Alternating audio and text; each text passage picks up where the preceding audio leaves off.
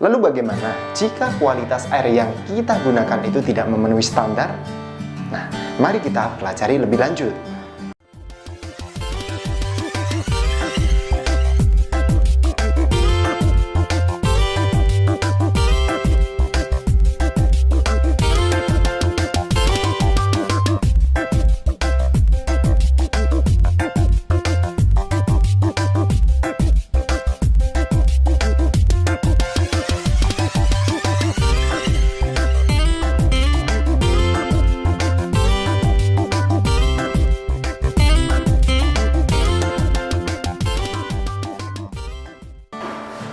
Oke sahabat sekolah, hari ini kita akan belajar bersama. Kak Dimas akan sharing yaitu materi pelajaran kelas 5 SD tema 8 subtema 3 masih tentang usaha pelestarian lingkungan di pembelajaran yang kedua. Langsung saja check it out.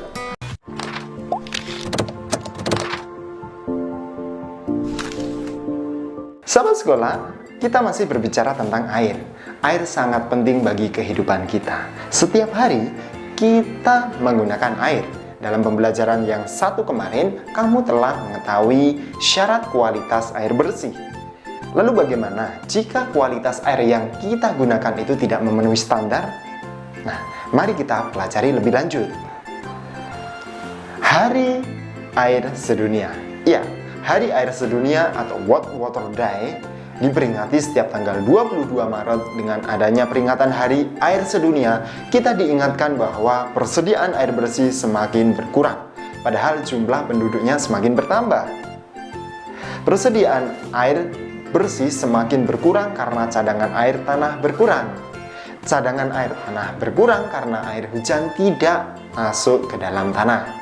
Sebaliknya, air hujan langsung mengalir ke parit, selokan, lalu ke sungai dan terus ke laut.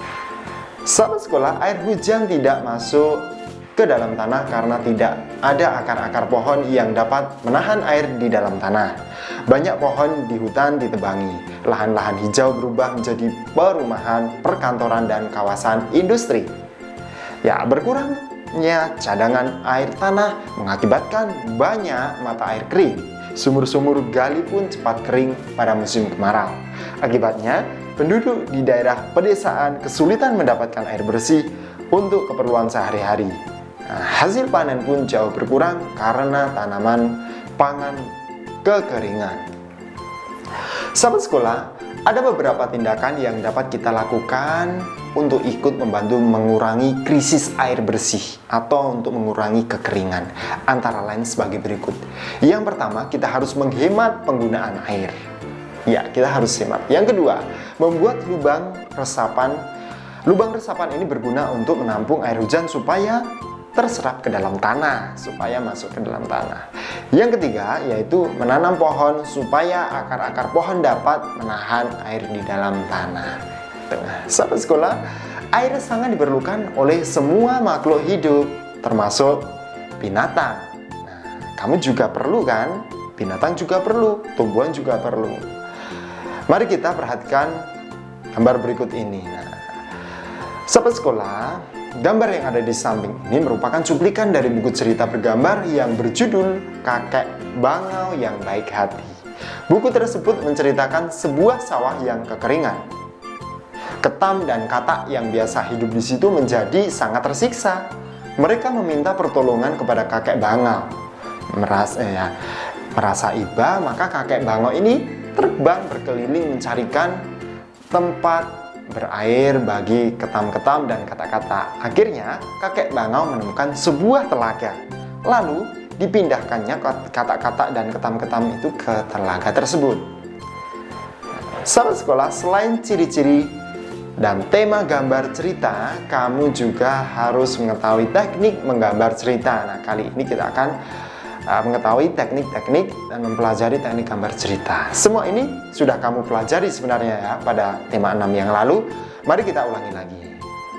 Menggambar cerita. Sahabat sekolah, menggambar cerita dapat dilakukan dengan teknik kering ataupun teknik basah. Ya, teknik kering menggunakan media pensil, kemudian arang, kapur, krayon, atau bahan lain yang tidak memerlukan air atau minyak. Sebaliknya, teknik basah menggunakan media berupa cat air, cat minyak, tinta, atau media lain yang memerlukan air atau minyak khusus sebagai pengencer. Nah, dalam pelaksanaannya, kamu dapat menggunakan berbagai macam teknik. Kamu dapat menggambar cerita dengan teknik kering saja, kamu dapat membuat gambar cerita dengan teknik basah saja, namun kamu juga dapat menggambar cerita dengan menggabungkan teknik kering dan teknik basah. Oke, sekarang giliran kamu mengerjakan tugas. Ada 5 soal yang ada di layar. Kamu kerjakan dan kamu selesaikan tugas ini. Selamat mengerjakan tugas. Sahabat sekolah, akhirnya selesai sudah video pembelajaran kita yang kedua ini dan bersambung ke video pembelajaran berikutnya, yaitu di video pembelajaran ketiga. Tentunya masih di channel ini ya, channel sekolah. Ya, pastikan kalian sudah subscribe dan like video ini, juga share kepada teman-temanmu yang lainnya agar mereka mendapatkan manfaat yang sama seperti kamu. Oke, cukup sekian. Saya Kak Dimas. Salam semangat luar biasa. Terima kasih.